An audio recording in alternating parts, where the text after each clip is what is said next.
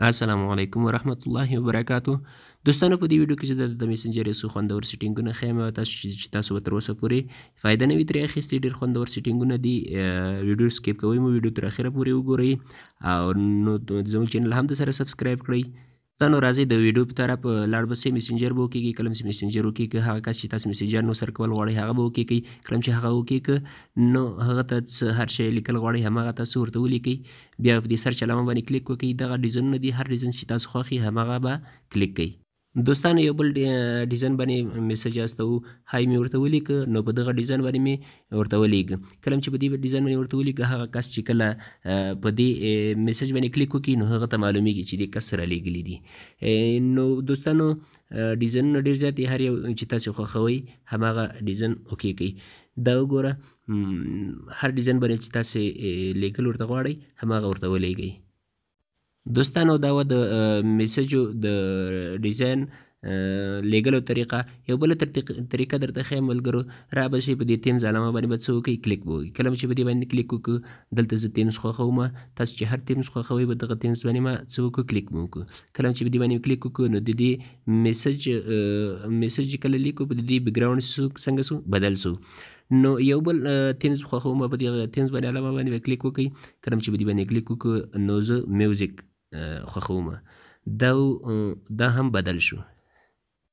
دوستانو دا و د میسج د بیکګراوند بدلولو طریقه.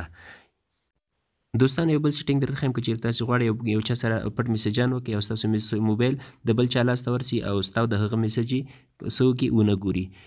دوستانو راباسئ د هغه په میسنجر باندې به کلیک ونیسئ. کله چې کلیک ونیو د اول خط به اوکې کړئ. هغه نه وروسته په دې چیټس علامه باندې به کلیک وکړئ. کله چې په دې باندې کلیک وکړو دا دریم خط به اوکې کړئ. کله چې دا دریم خط اوکې کړو نو دغه کس راوخت خان الله عزیزي په نامه باندې یو کس راخیست. تاسو هر څوک راخلئ هماغه راواخلئ. نو ملګرو دلته تاسو هر کوم میسج ورسره کولی شئ چې بل څوک یې څه وکړي ونه ویني. دوستانو که چېرته تاسو غواړئ بیرته هماغه عادي حالت ته لاړ شئ میسجانو ته په ده باندې بیرته ووځئ بیک سئ هماغه باندې به کلیک ونیسئ. دغه اول خط به څه وکړئ اوکې به یې کړئ. که دوستانو که چېرته غواړئ دغه کس نوم بدل کړئ نو راباسئ دوستانو په دغه نیکنام باندې به کلیک وکړئ. په دې باندې چې کله کلیک وکړو خپل آی ډي او د هغه کس آی ډي راوړه. د هغه کس په آی ډي باندې به کلیک وکړئ. نو دلته تاسو چې هر څه ورته لیکل غواړئ د ده نوم پاکولی شئ، بل څه ورته لیکلی شئ. تاسو چې هر څه ورته لیکئ هماغه کس د نوم بدل کړئ. چې هر څه تاسو ورته لیکئ هماغه ورته ولیکئ چې ستاسو او د هغه نوم کس نوم پیدا نه کړي. خرابه شي دوستانو یو بل سیټینګ درته ښیم. په دغه علامه باندې به کلیک وکړئ. کله چې په دې باندې کلیک وکړئ دغه ډیزاین او دغه سټایل دغه نښو کې چې تاسې هر شی خوښوي هماغه وکړئ.